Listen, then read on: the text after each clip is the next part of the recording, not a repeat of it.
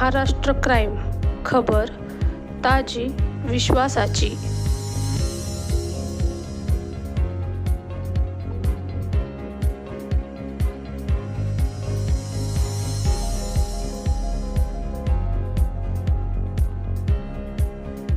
कोल्हापूर बातमीपत्रात आपले स्वागत।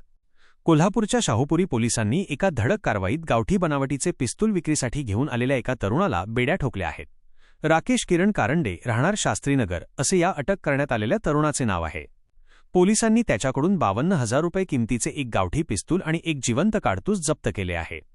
लोणार वसाहत येथील मार्केट यार्डजवळ राकेश कारंडे हा पिस्तूल विक्रीसाठी येणार असल्याची खात्रीशीर माहिती शाहूपुरी पोलीस ठाण्याचे पोलीस निरीक्षक संतोष डोके यांना मिळाली होती। या माहितीच्या आधारे पोलिसांनी परिसरात सापळा रचला होता। राकेश कारंडे या ठिकाणी येताच पोलिसांनी त्याला ताब्यात घेतले आणि त्याची झडती घेतली असता त्याच्याकडे बेकायदेशीर शस्त्र सापडले।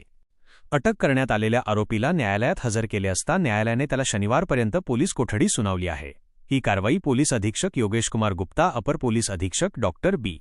धीरज कुमार आणि शहर पोलीस उपअधीक्षक प्रिया पाटील यांच्या मार्गदर्शनाखाली पोलीस निरीक्षक संतोष डोके, उपनिरीक्षक आकाश जाधव आणि त्यांच्या पथकाने यशस्वीरित्या पार पाडली।